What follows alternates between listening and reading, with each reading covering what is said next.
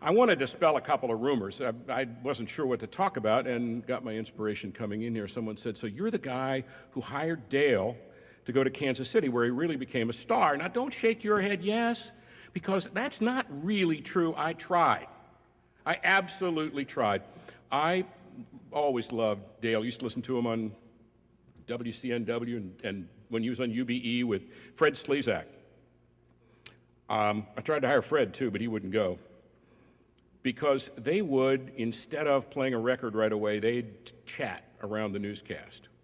And they would do such interesting theater of the mind stuff, and I thought, geez, I gotta work with this guy. So I invited him to lunch in very late, I think right after Christmas in 1976. I was gonna go to Kansas City and take over Taft's biggest signal. And I had the idea that I wanted to go country with a different kind of format, and I wanted Dale to be part of it. So he met me for lunch, and he ordered a steak salad. And then he was upset because they brought him a salad.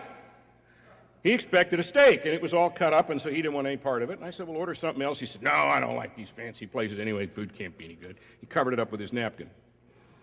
And then it didn't go better after that. I told him about this idea. At that time, most country music stations played mostly currents, 40, 60, even 100 currents, and maybe one or two oldies an hour. And I said, there's so much great country music. Let's go way back, play the biggest hits from 20 or 25 years with just a few currents every hour so all the music will be familiar. And let's have really great personalities and fabulous news. So like a three-legged stool. We got great music, we got personalities, we got news. It's just got to work, and you should be part of it.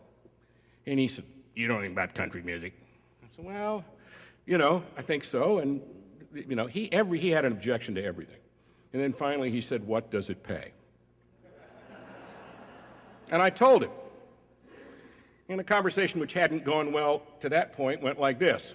That's not enough. That's what I got. I can't work for that. You're at WBE. I know that's a big raise. You gonna pay to move me out there? I said, well, I don't know. We'll try to get a trade. Maybe Ferguson Moving and Storage or somebody would trade it for commercial spots. I could work on that. He said, well, you think about it. If you come up with more money, call me back. And so I thought, well, that did not go well, and went back to Kansas City, and it's now after the new year in early January, and I got a guy flying in that afternoon from Dallas to talk about the afternoon guy, and here comes Dale in the middle of January in a snowstorm in blue jeans and a T-shirt and no coat. Hey, I'm here to talk about the job. Oh, did you want to talk about it again? Yeah, when do I start? And I said, well, I thought you turned it down. Well, I talked to Sharon, and we decided to take the job. I said, oh, okay, well, when can you start? He said, well, I don't know, now. And I said, what do you mean? He said, well, I just rented an apartment, and my stuff will be here tomorrow. I said, your stuff? He said, yeah, I called up Ferguson Moving and Storage and arranged that trade, and I'm ready to go. So yeah, I tried to hire him, but typical Dale, he wasn't going to play by the rules. He hired himself. He just showed up, and I was stuck with him. And that's a true story. Now maybe I should clear up, oh, by the way, he did become a star. He absolutely became a star. The day I knew that it was going to work, and the day I realized what impact he was actually having was the day that Bill Anderson came and played a nightclub about 60 miles out of Kansas City. When we started the station, the morning guy was not available. He had to work last week out in Atlanta. And we managed to get Bill Anderson, who used to be a disc jockey and is a pretty good one, to do mornings the first week. I thought that was pretty good. So when Bill came to Warrensburg, Missouri, to some club that held 700 or 800 people, we promoted it. We all went out to see him because we all knew him. And when I realized something special was going on was, first of all, when we showed up, there were thousands of people trying to get in this place because they were all listening. And then after the show, when Bill was giving autographs, there was a big line down the aisle to get Bill's autograph, and there was one 3 times as big to get Dale Sommers' autograph, because that's how he had already bonded with that audience, and that's when I realized something very, very special is going on here. Now, one other thing I ought to clear up. John Kieswetter said, so you're the guy that named him Bozo. I did not. I did not. I called him a bozo. He did something egregiously stupid. And that's too much to go into, but it was the first day of the rating book. Back then, ratings only happened for 4 weeks. Those 4 weeks were pretty darned important.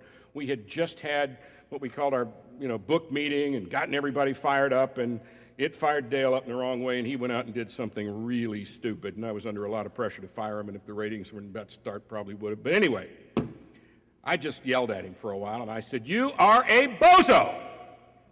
Well, Dale being Dale, he went on the air the next day. He said, "Well, Randy Michaels, he called me a bozo. He don't call me my name anymore. He calls me, that's my name now, Bozo. Oh, you're on the Bozo phone, Bozo, 61 country."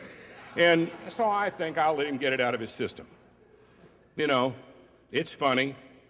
But after an hour, I went in and said, "Hey, Dale, that's enough. I got it. You're not happy with me. You got to stop." He said, "I don't think you can stop." I said, "Yeah, you can stop." He said, "Look at this." Of course, all the lines are ringing. Click, hello, 61 country. Bozo, hey, Bozo. Click, hey, Bozo, hey, Bozo. That's all he was called, and that stuck.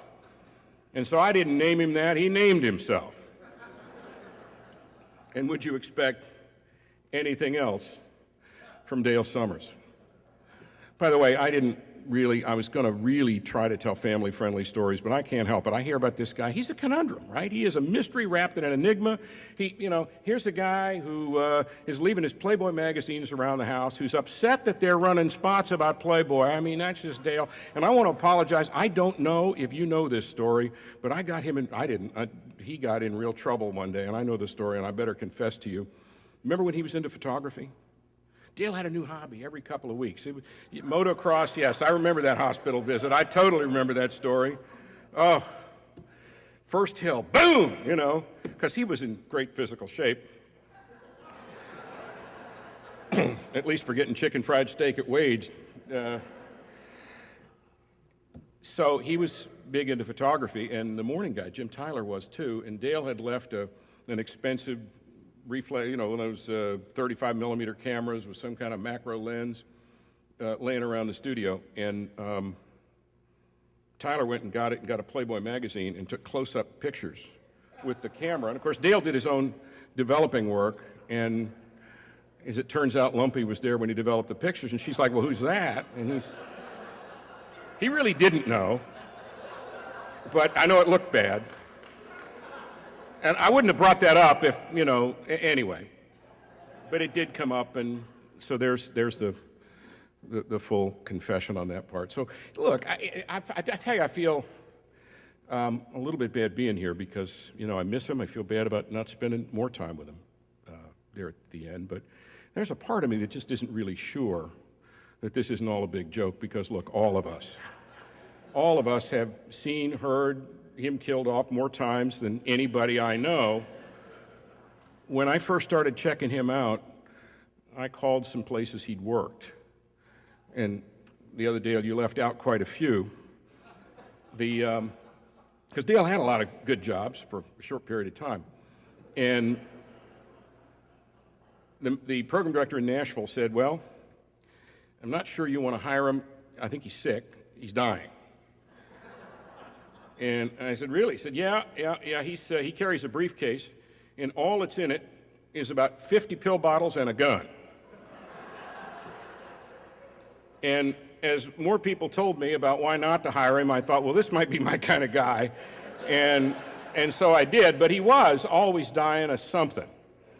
And in fact, I'll tell you about the gun. The gun made people nervous because, you remember, first he had a gun in the briefcase, and then he'd pack one, and then he'd bring in 4 or 5. He got in the gun phase, and he got to be a deputy sheriff in a bunch of counties, and so he thought he should be a lawman, and finally had to say, "Dale, you can't bring the guns in the building. It makes the people nervous here."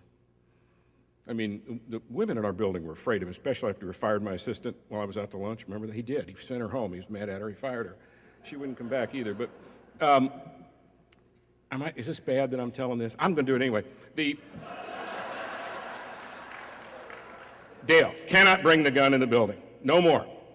Okay. I'm a lawman. I have to. I said, well, I don't know how that pays, but if you want to work here, you can't bring the gun in. All right. So the next JOC meeting, the morning guy opens his briefcase. There's a gun in there.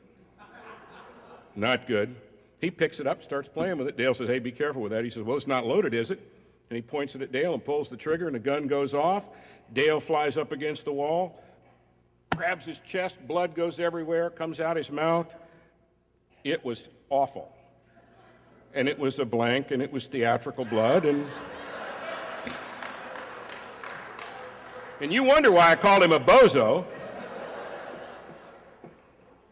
And then the number of times Cunningham killed him off, I cannot remember. I was in the middle of a haircut, and a woman cutting my hair was crying about Bozo being dead. And I tried to tell her he wasn't. She was smacking me. How can you say that? Mr. Cunningham, so, and he'd get back and he'd say, look, I'm not dead, I'm here. And Bill would say, well, it's tape. We edit that up. Those are old shows. We can make him say anything. I mean, he'd been dying so long, but I'm just not sure. Won't surprise me a bit if you bring him out.